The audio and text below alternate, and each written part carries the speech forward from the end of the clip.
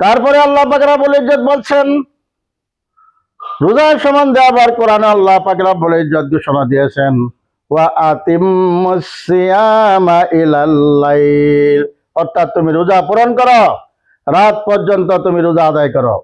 সকাল থেকে নিয়ে রাত পর্যন্ত দিনে কোনো কিছু খাইতে পারবে না, পানিও পান করতে পারবে না। সেই সময় আল্লাহ দুইটি সময়, রোজার মাসে দুইটি সময় আল্লাহ খুব খুশি হন, আর দুইটি সময়ের দোয়া আল্লাহ কবুল করেন। সেহরির সময় আল্লাহ খুব খুশি হন যদি আপনার তাহাজ্জুদ পড়ে, অল্প তাহাজ্জুদ পড়ে আপনার দোয়া করে, আল্লাহর কাছে দোয়া করে সেহরি খান, আল্লাহ খুব খুশি হন।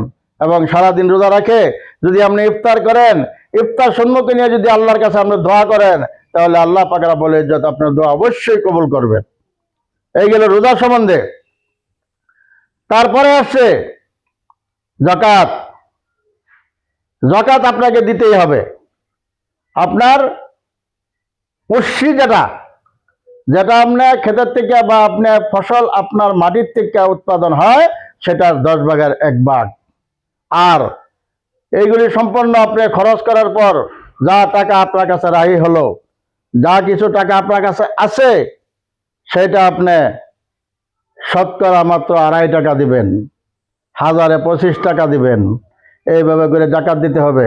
আপনি যদি জাকাত না দেন, আপনার জাকাতের পয়সাটা যদি আপনি মিসকিনকে, মাদ্রাসাকে, গরিবকে, এতিমকে আপনি যদি না দেন, এই পয়সা, এই টাকা কাল কিয়ামতের দিন আপনার জন্য আজদা সাফ হয়ে যাবে, আপনার জন্য লানতের অস্ত্র হয়ে যাবে।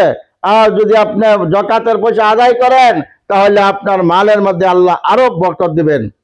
আল্লাহ যত মাল, আপনার জাকাতে মাল কমায় না, যত আপনি দিবেন তত আপনার মালে বরকত দিবে। কিন্তু আপনি এতিম, মাদ্রাসা, গরিব, মিসকিন, আপনার বিমারি, এদেরকে আপনার জাকাতের পয়সাটা দিয়ে দিবেন। এদের হক, আপনার হক মালের সঙ্গে আপনি কখনো রাখবেন না, তাহলে আল্লাহ আপনার বরকত কমাই দেবে। কি বললাম? কলিমা, নামাজ, রোজা, হজ, জাকাত, এই 5টি বস্তু ইমানের উপরে নির্ভর।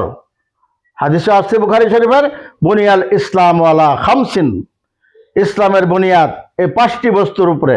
এই 5টি বস্তু আমি কিভাবে দেখাইলাম, যে আপনি মনে মনে স্বীকার করবেন যে কলিমা, নামাজ, রোজা, হজ, জাকাত 5টা যে আমাদের ইসলাম ধর্মের করণীয় কর্তব্য, সেটা আমি মনে মনে বিশ্বাস করলাম, করতেই হবে।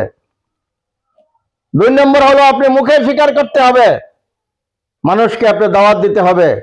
কলিমা আপনি পড়েন, কলিমার অর্থ শিখেন। নামাজ পড়েন, পরিয়াল বর্গকে নামাজের আদেশ দেন, পরিয়াল বর্গ নিয়ে আপনি নামাজ আদায় করেন, পরিয়াল বর্গ নিয়ে আপনি আল্লাহর হরজকে আদায় করেন। রোজা, রোজার মাসে যারা বালিক তাদেরকে নামাজ রোজা করতেই হবে। পুরুষ হোক, মহিলা হোক, ছেলে হোক, মেয়ে হোক, সেই রোজা ফরজ রোজা করতেই হবে।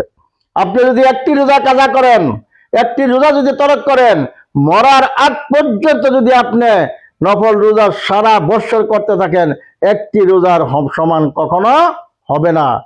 সেই রোজা কখনো আপনি বাদ দিবেন না। এই রমজান মাসের রোজা সামনে আসতেছে। আর বিশেষ করে ধরেন আপনার মঙ্গলবার দিবাগত রাত, শবে বরাত, এই শবে বরাতের নামাজটা আপনারা সবাই আদায় করবেন।